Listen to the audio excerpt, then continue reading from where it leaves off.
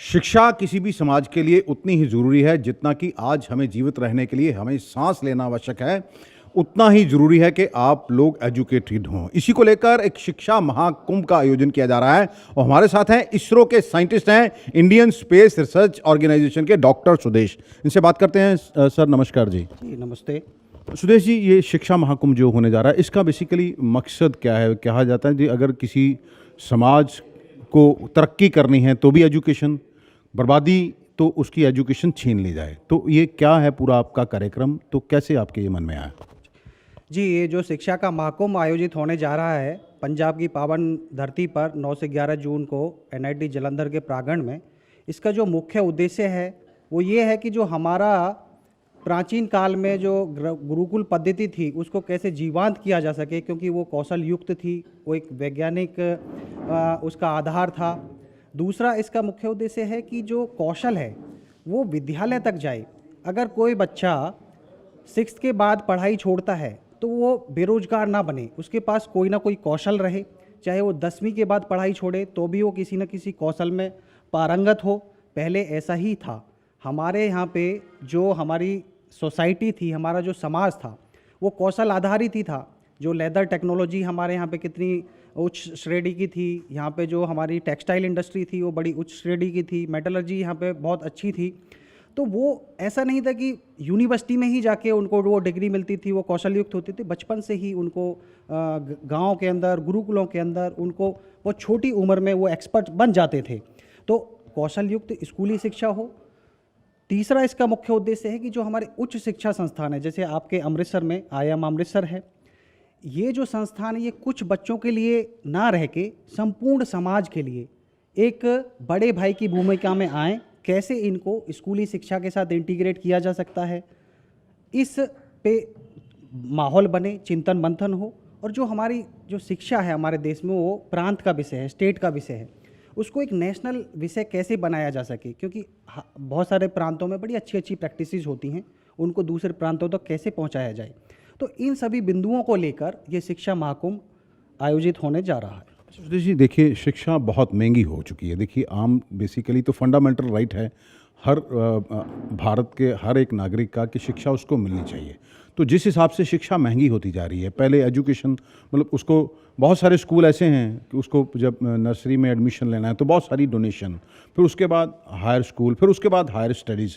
इसके ऊपर क्या मतलब आपकी जो ऑर्गेनाइजेशन है उसको काम कर रही है? क्योंकि आज हर आदमी में इतना सामर्थ्य नहीं है कि वो अपने बच्चे को किसी प्राइवेट इंस्टीट्यूट में पढ़ा सके। जी, आपकी बात बिल्कुल सही है। इसी को ध्यान में रखते हुए इस शिक्षा महाकुंभ का पहला जो उद्देश्य है वो यही है कि जो शिक्षा है वो कौशल युक्त हो और स्कूल में ही बच्चे को कोई ना कोई कौशल सिखा दिया जाए, ताकि उसके पास उच्च शिक्षा के लिए पैसा नहीं है तो वो समाज में जाए, पैसा अर्जित करे और आगे की पढ़ाई कर सके। ऐसा प्रावधान न्यू एजुकेशन पॉलिसी में भी आया है। और अगर हम स्कूल स्तर पे बच्चे को इतना काबिल बना दें कि वो पढ़ाई छोड़कर समाज में जाए, पैसा कमाए और आगे कभी भी अपनी पढ़ाई कंटिन्यू कर सके, ऐसा प्रावधान न्यू एजुकेशन पॉलिसी में आ गया है। अच्छा सुदेश जी, कई ऐसे राज्य हैं, अगर मैं ठीक हूं तो उन्होंने प्राइवेट जो एजुकेशन है, जैसे कोचिंग सेंटर है, मेरे भी बच्चे पढ़े, स्कूल में मैंने अलग से फीस दी, कोचिंग सेंटरों में मैंने अलग से फीस दी। तो कितने लोग समर्थ हैं इन चीज़ों को? ये जो प्राइवेटाइजेशन हो चुका है इसका एक मतलब पूरा शोषण हो रहा है अगर समाज का, तो इसके ऊपर आप लोग की कुछ संस्था, जो आप लोग बुद्धिजीवी हैं जो आपके साथ जुड़े हुए हैं, वे कुछ काम कर रहे हैं। कुछ राज्यों में मेरा ख्याल से इसके ऊपर बहुत महत्वपूर्ण तरीके से और सख्ती भरे लहजे में काम किया जा रहा है। जी, इसके ऊपर एक बड़ा अच्छा प्रयोग हमने पंजाब सुपर 100 के नाम से पूरे पंजाब में पिछले 3 वर्षों से चला रहे हैं। उस पंजाब सुपर 100 में ये सुपर 30 की तरह नहीं है।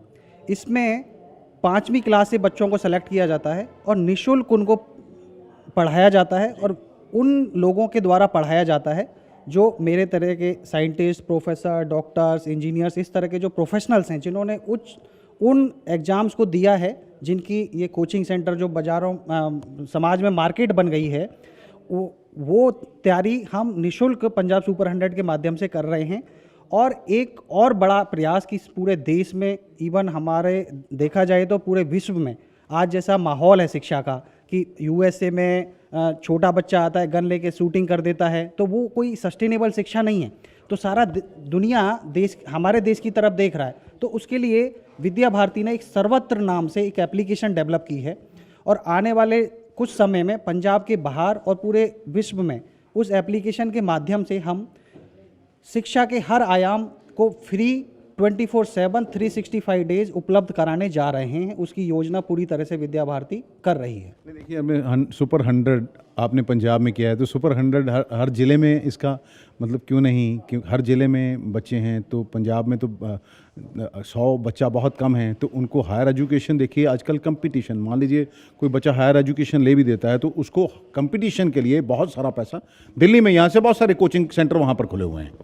जी, हमारा मकसद भी यही है। हम हर गांव में सुपर 100 बनाना चाहते हैं, हर जिले के अंदर सुपर 100 बनाना चाहते हैं, हर प्रांत के अंदर सुपर 100 बनाना चाहते हैं। क्योंकि पायलट हमने पंजाब में शुरू किया है तो उसका नाम सांकेतिक रूप से पंजाब सुपर 100 रखा है, लेकिन जो हमारा विश्व का अभियान है उसके लिए हमने उसका नाम सर्वत्र रखा है। संस्कृत का शब्द है सर्वत्र, मतलब सभी को। ऐसा भी नहीं कि भारत में ही, क्योंकि भारत की शिक्षा को पहले भी सराहा जाता था और आज भी सारी दुनिया उसकी तरफ नज़र टिकाए बैठी है, देख रही है। तो सर्वत्र प्लेटफॉर्म के माध्यम से ये प्रयोग किया जाएगा आगे। आप इसरो के साइंटिस्ट हैं, मेरी जानकारी के मुताबिक आप 2008 से इसरो में काम कर रहे हैं, तो एकदम से आपका डाइवर्शन, और एक इसरो ने एक बहुत बड़ी, इसरो को भी कामयाबी मिली है, एक व्हीकल जो है उसको उतारा गया, उसके बारे में थोड़ा सा बता दीजिए। जी, इसरो के बारे में टेक्निकल जानकारी तो मैं नहीं दे पाऊँगा क्योंकि वहाँ के स्पोक्स पर्सन अलग होते हैं। हाँ, ये ज़रूर मैं बता पाऊँगा कि मेरा इंटरेस्ट क्यों जगा, क्योंकि मैं एक बहुत साधारण परिवार से आता हूँ। मैंने बहुत संघर्ष देखा है जीवन में कि कैसे शिक्षा मैंने पाई है, वो मुझे पता है। और जब मैं इसरो में गया तो हमारे जो सुपर बॉस हैं डॉक्टर के कस्तूरी रंगन, वो बड़े लंबे समय से राज्यसभा, नीति आयोग में और न्यू एजुकेशन पॉलिसी 2020 की ड्राफ्टिंग कमेटी के चेयरमैन। तो इन सब को देखते हुए मेरा शुरू से ही शिक्षा में झुकाव रहा है। और जब मैं पंजाब में आया तो यहाँ पे मैं विद्या भारती के संपर्क में आया और उन्होंने मुझे प्लेटफॉर्म दिया, तो मैंने नए नए प्रयोग किए। मैंने लगभग 22 प्रयोग किए हैं। डिपार्टमेंट ऑफ हॉलिस्टिक एजुकेशन एक इस्टाब्लिश किया है।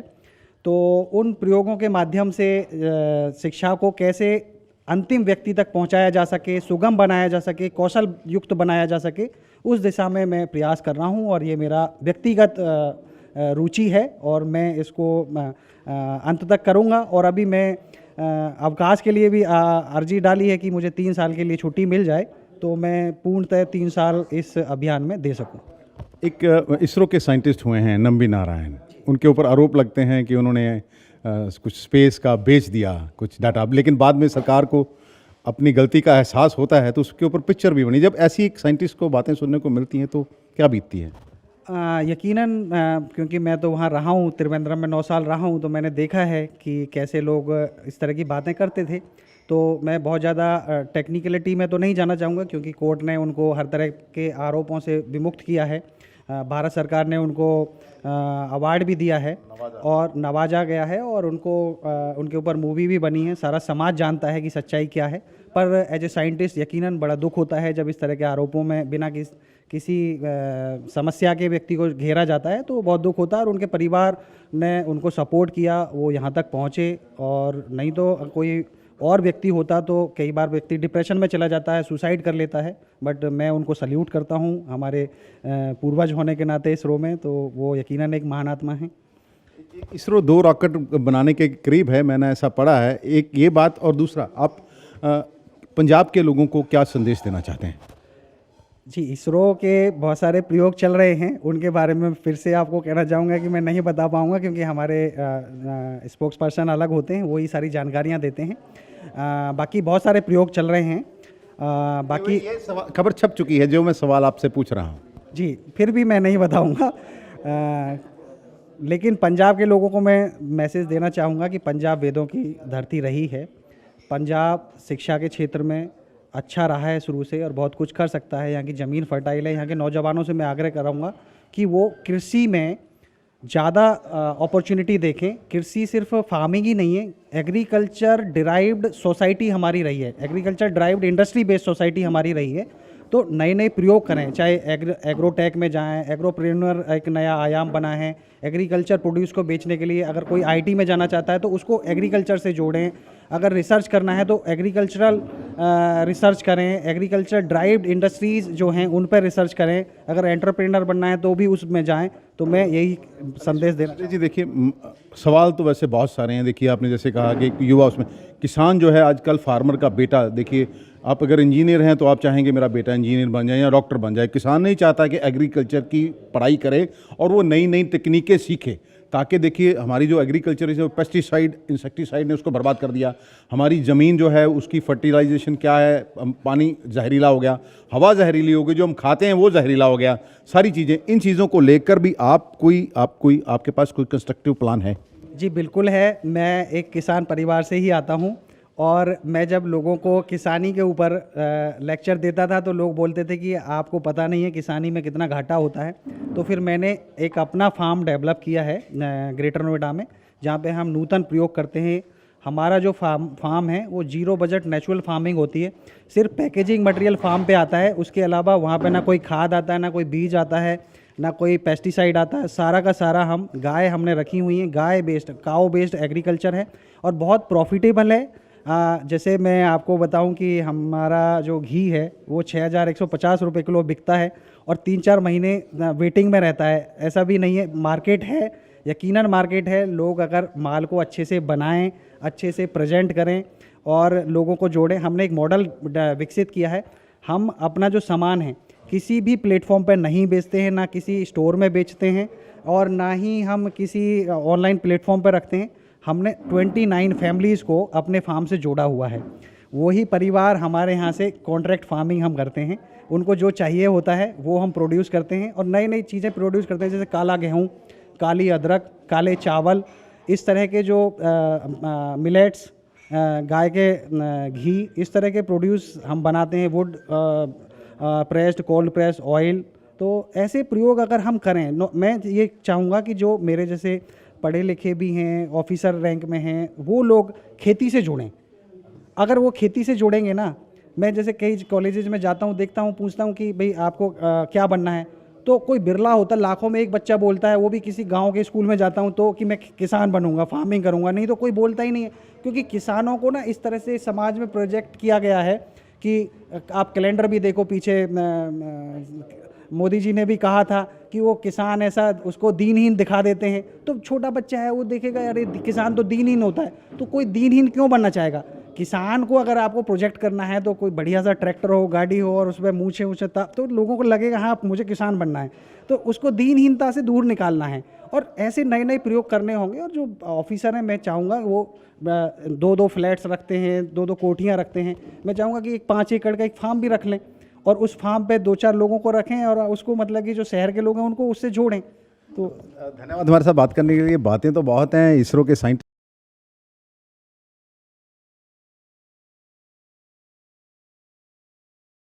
हम इन्हें बधाई देते हैं। लेकिन देखिए आप ये इतना पढ़े लिखे होने के बावजूद, साइंटिस्ट होने के बावजूद अपना एक फार्म डेवलप कर रखा है, तो मैं तो सुन के खुद हैरान हूँ।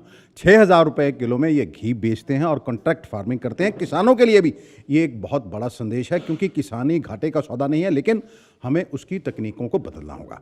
अमृतसर से D4 न्यूज़ के लिए दीपक भंडारी की खास रिपोर्ट।